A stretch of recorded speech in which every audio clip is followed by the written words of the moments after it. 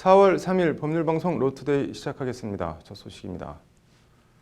2019년 4월 3일 오늘은 제주 4.3 사건 71주년이 되는 날입니다. 관련해서 문재인 대통령은 오늘 페이스북에 제주 4.3은 여전히 봄 햇살 아래 서 있기 부끄럽게 합니다. 4.3의 완전한 해결이 이념을 극복하고 국민 통합으로 가는 길입니다. 라는 글을 남겼습니다. 문 대통령은 그러면서 더딘 발걸음에 마음이 무겁습니다. 라는 글도 아울러 함께 남겼습니다. 더딘 발걸음, 무엇을 의미하는 말일까요?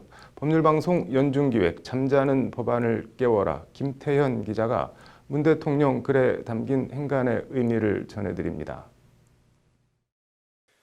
지난해 문재인 대통령에 이어 올해 제주 4.3 추념식에 정부 대표로 참석한 이낙연 국무총리는 4.3 사건에 대한 완전한 진상규명과 명예회복을 강조했습니다.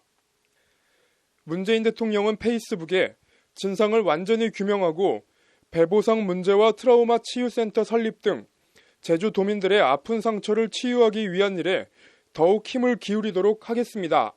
대통령으로 끝까지 챙기겠습니다라는 글을 남겼습니다. 무고한 양민들을 학살한 가해자였던 국방부와 경찰은 4.3 사건 71년 만인 오늘 깊은 유감과 애도를 표하며 처음으로 희생자에 공식 사죄했습니다. 제주 4.3 사건에 대한 완전한 진상규명과 피해 회복은 문재인 대통령의 대선 공약이기도 합니다. 관련해서 국회엔 이와 관련된 법안이 이미 2017년 12월 더불어민주당 오영훈 의원 대표 발의로 발의돼 있습니다. 제주 4.3 사건 진상규명 및 희생자 명예회복에 관한 특별법이 그것입니다. 법안은 이 법은 제주 4.3 사건의 진상을 규명하고 관련된 희생자와 그 유족들의 명예를 회복시켜줌으로써 인권 신장과 민주발전 및 국민화합에 이바지하는 것을 목적으로 하고 있음이라고 법안 제안 이유를 밝히고 있습니다. 이미 대한민국 정부가 4.3 특별법에 의해서 1만 4천 명이 넘는 분들을 희생자로 결정을 했습니다. 희생자로 결정했다는 것은 국가폭력에 의해서 민간인이 희생됐다는 것을 의미한다면 그에 대한 응당에 국가의 책임이 뒤따라야 하는데 아직은 이에 따라 법안은 제주 4.3 사건 진상규명과 피해자와 그 유족들에 대한 배보상과 트라우마 센터 치유센터 건립 등 피해 회복을 주 내용으로 하고 있습니다. 법안은 또 제주 4.3 사건의 진실을 부정, 왜곡하여 희생자와 유족들의 명예를 훼손한 경우 이를 처벌하도록 하고 있습니다. 법안은 나아가 4.3 당시 군사재판에서 아무런 증거 없이 억울하게 유죄 판결을 받은 피해자들에 대한 재판 결과를 일괄 무효화해 명예를 회복하도록 하는 내용도 담고 있습니다. 이런 식의 불법 재판은 확인된 것만 2,500건이 넘습니다. 제주 4.3 같은 경우는 아주 짧은 시간 안에 이루어진 2,000여 개가 넘는 불법적인 재판이 있는 거죠. 그래서 이거를 개별적으로 다 2,000개 재심을 하자는 거냐라는 얘기가 당연히 오히려 입법으로서 일괄 무효하는 것이 훨씬 더 타당한. 불법 군사재판 피해자 가운데 현재 생존자는 30여 명 정도 되는데 이미 사망한 사람들의 명예회복을 위해선 재심으론 불가능하고 재판 무효화가 유일한 대안이라는 겁니다. 하지만 야당인 자유한국당은 4.3 진상규명과 명예회복 특별법 처리에 부정적인 입장이고 행정안전부 등도 재판 일괄 무효화는 전례가 없다는 등의 이유를 들어 소극적입니다. 더딘 발걸음에 마음이 무겁다. 문재인 대통령이 오늘 페이스북에 남긴 글입니다. 4.3 진상규명과 명예회복 특별법은 발의된 지 1년 3개월이 넘도록 이런저런 이유로 소관 상임위인 행안위 문턱도 넘지 못하고 오늘도 국회에서 잠들어 있습니다. 법률방송 잠자는 법안을 깨워라. 김태현입니다. 네, 오늘 국회에선 응급의료체계 리폼 입법 공청회가 열렸다고 합니다. 로인사이드 신세아 기자 나와 있습니다. 신 기자, 오늘 공청회 어떤 공청회였나요? 네, 지난 2월 국립중앙의료원 윤한덕 중앙응급센터장이 돌연 사망을 하면서 이제 국내 응급의료 환경을 개선해야 한다는 목소리가 높아졌습니다. 그래서 이에 생전에 응급의료 체계를 위해 많은 노력을 해왔던 이 윤 센터장을 기리고 또 이제 열악한 국내 응급의료 환경에 대해서 이제 법적 제도를 마련해서 개선해 나가자라는 취지로 김상희 더불어민주당 의원이 입법 공청회를 열었습니다. 네, 현재 우리나라 응급의료 체계가 어떻게 돼 있어서 리폼, 이거 뜯어 고쳐야 된다는 말이잖아요. 어떻게 돼 있나요? 네, 지난 1993년에 응급의료에 관한 법률이 만들어졌습니다. 네. 그래서 그 이후에 국내 응급의료 체계는 권역센터, 지역센터, 지역기관 이렇게 어느 정도 구축은 됐는데 네. 이제 병원 간의 역할이 굉장히 제대로 이루어지지 않는다는 지적이 나왔었습니다. 네.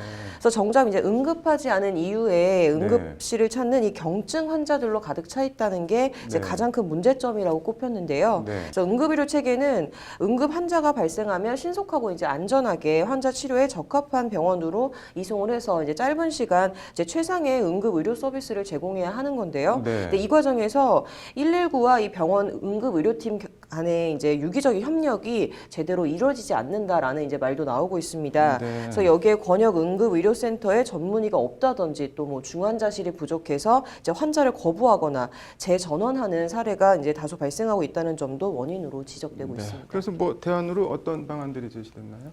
일단은 4가지가 제시가 됐는데요. 네. 중증 응급 환자의 적절한 이송, 그리고 응급의료 접근성 확보, 또 당직 체계 개선, 또 이제 중앙 응급의료센터 역할 강화 등 정도가 이제 있습니다. 네. 또 119 소방서가 중증 환자를 적절한 이제 의료기관에 네. 신속히 이송할 수 있도록 기준과 뭐 지침을 마련을 하고 이를 위해서 응급센터를 지리적으로 균등하게 배치를 해서 이제 네. 접근성을 보장을 해야 한다 이런 의견도 나왔는데요. 네. 그렇게 하면은 이제 한 곳에만 몰려 있는 공급 과잉을 좀 해소할 수 있지 않겠느냐라는 의견이 나왔습니다. 네. 뭐 다른 얘기들은 어떤 말들이 더 나왔나요? 뭐 응급의료기금 집행권 관련해서 네. 이제 기금이 좀 목표에 맞게 활용되고 있는지부터 우선 논의해야 되는 거 아니냐라는 네. 이제 오늘 토론자를 맡은 건강보험심사평가원 심사평가연구소 허윤종 소장이 의견을 내는데요. 네. 그래서 아무튼 뭐 현재 응급의료 체계가 리폼 이제 말씀하신 대로 완전히 뜯어고치는 수준의 리폼이 네. 필요하다라는 게 이제 참가자들의 공통된 인식이었습니다. 네. 뭐 안타깝게 유명을 달리한 고인의 뜻을 이뤄서 응급 의료 체계가 개선이 좀 됐으면 좋겠네요. 오늘 잘 들었습니다. 다음 소식입니다. 3.8 개각 파장 이후 조국 수석이 야당의 사퇴 요구 등 자신의 거취 논란과 관련해 욕먹는다고 떠나는 건 쉽다고 주변에 말한 것으로 전해졌습니다. 야당 사퇴 압박에도 나가지 않겠다는 뜻을 분명히 밝힌 건데 앵커 브리핑입니다. 조국 민정수석이 자신에 대한 야당의 사퇴 압박과 관련한 입장을 밝혔습니다. 욕먹는다고 떠나는 건 쉽다. 욕먹으면서 일하는 게 어려운 일이라고 주변에 말했다는 것이 청와대 관계자의 전언입니다. 조국 수석은 또 이따금 얻어맞으면서도 갈 길을 갈 것이라는 말도 아울러 한 것으로 전해졌습니다. 앞서 청와대는 지난달 31일 유학생 아들의 포르쉐 보유 등으로 야당과 언론의 집중 포화를 맞은 조동우 과학기술정보통신부 장관 후보자에 대한 지명을 철회했고 같은 날 최종호 국토교통부 장관 후보자는 야당의 이런저런 의혹 제기 공세를 넘지 못하고 자진 사퇴했습니다.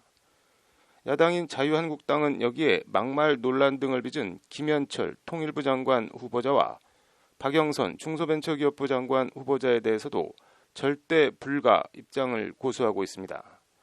하지만 청와대는 두 장관 후보자에 대한 인사청문 보고서 송부를 재요청하는 등 야당의 반발과 인사청문 보고서 채택 여부와 상관없이 김현철, 박영선 장관 후보자에 대한 임명 강행 수순을 밟고 있습니다. 이런 가운데 조동호 정보통신부 장관 후보자 아들의 포르쉐 논란 등과 관련한 윤도한 청와대 국민소통수석의 그제 브리핑 발언이 또 다른 논란이 되고 있습니다. 외국에 있으니 당연히 외제차를 타지 않았겠나. 미국에서 벤츠, 포르쉐 3천만 원짜리 타는 것이 과연 큰 문제였을까? 굉장히 판단하기 어려운 것이라는 것이 윤도한 수석의 말입니다. 윤도한 수석은 MBC 기자 시절 LA 특파원을 지내 나름 미국 생활을 한 경험이 있는데 말이 맞고 안 맞고를 떠나 검증 부실 논란을 받고 있는 조국 수석에 대한 방어막을 치느라 국민 정서와 동떨어진 발언으로 엄청난 논란과 비판을 자초한 측면이 있습니다. 아무튼 윤도한 수석의 발언과 조국 수석이 주변에 했다는 말을 종합하면 야당이 뭐라 하든 조국 수석은 물러날 뜻이 없음이 분명한 것 같습니다.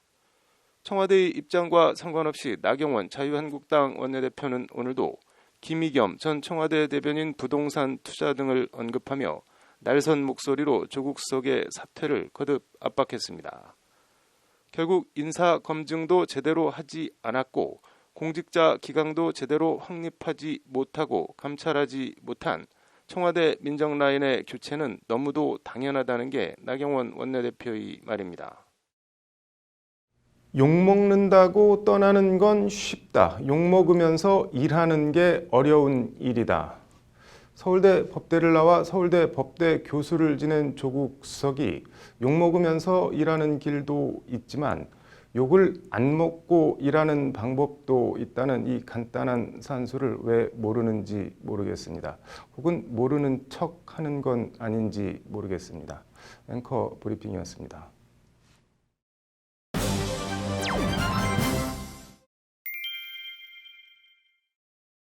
네, 재판 단계가 아닌 경찰이나 검찰 수사 단계에서부터 변호인의 조력을 받을 수 있도록 하는 형사 공공 변호인 도입을 골자로 하는 피의자 국선 변호인 제도 법안을 법무부가 입법 예고했습니다. 이호영 변호사의 뉴스와 법입니다. 이 변호사님, 형사 공공 변호인 이게 뭔지 좀 설명을 먼저 해주시죠. 네. 이게 형사 공공 변호인 제도라는 것은 네. 이제 원래 그 국선 변호인이라는 게 있지 않습니까? 네. 재판을 할 때 네. 이제 국가가 변호인을 제공해 준다는 건데 네. 이것을 재판하기 전에 네. 이제 수사 단계에서도 국선 변호인을 제공해 주겠다. 네. 그래서 이것의 명칭을 피의자 국선 변호인이다. 네. 네, 이렇게 하겠다라는 거고요. 네. 이제 법무부에서 그 초안을 마련을 해서 네. 그 최근에 법률구조법 일부 개정 법률안을 입법 예고를 한 것입니다. 네. 이게 지금 법무부가 입법 예고했다고 했는데 법안 내용은 어떻게 되나요? 네, 일단은 그 국선 변호인 선임 대상자를 먼저 규정을 했는데 네. 이 사형 무기 또는 그 단기 3년 이상의 징역이나 금고에 처할 네. 그러한 사건을 저지르고 체포된 피의자에 대해서 네. 이제 국가가 그 피의자 국선 변호인을 제공해주겠다는 거고요. 네. 구체적인 내용은 대통령령으로 네. 이제 위임을 하는 것을 골자로 하고 있습니다. 그럼 뭐 피의자 국선 변호인은 선임이 되면 뭐 어떤 역할을 하게 되는 건가요? 이제 무엇보다도 이 법률의 취지는 네. 이제 체포된 피의자가 경찰 조사를 받는 네. 그 초동 수사 단계에서 국가가 이제 붙여준 변호인이 네. 입회를 해서 이제 접견도 하고 그다음에 수사 참여도 하고 네. 어떤 이런 필요한 변호인의 조력을 이제 제공하겠다라는 그런 내용입니다. 네. 그럼 이 피의자 국선 변호인은 누가 뭐 어떤 과정을 거쳐서 선정이 되는 건가요? 네, 일단은 뭐 그 법률구조공단에서 이제 담당을 한다고 되어 있는데요. 네. 구체적으로는 법률구조공단 내부에 네. 그 국선변호관리위원회를 신설을 한다고 되어 있고요. 네. 이 관리위원회에는 그러한 어떤 변호인들의 명단을 이제 명부를 작성을 해서 관리는 이제 이 국선변호관리위원회에서 하겠다 좀 이렇게 네. 하고 있습니다. 뭐 변협이 관련해서 성명을 낼 움직임이 있다고 하는데 어떤 내용인지 혹시 아시나요? 네, 그 변호사 단체에서는 네. 그 처음 형사 공공 변호인 제도 도입 논의가 나올 때 네. 이미 반대 입장을 좀 많이들 말씀들을 하셨습니다. 네. 그 이유는 이러한 어떤 지금 형사 공공 변호인의 어떤 취지는 좋은데 네. 왜냐면은 수사 단계에서 인권 보호가 이루어져야 되고 특히 뭐 그러한 어떤 자백 강요라든지 네. 또는 수사관에 의한 인권 침해, 뭐 고문이라든지 네. 증거 조작 이러한 것들이 결국은 옆에 변호인이 있으면 네. 많이들 해결될 수 있기 때문에 네. 그 수사 단계에서 국선 변호를 제공하겠다라는 취지는 좋은데 네. 문제는 이것을 국가에서 국민의 세금으로 다 하겠다라는 거거든요. 네. 이러한 단기 3년 이상의 범죄라고 하면 네. 단순 절도나 뭐 사기 이런 게 아니라 네. 강력 범죄들이 대부분 여기에 해당됩니다. 네. 그럼 뭐 예를 들어서 조두순 사건이나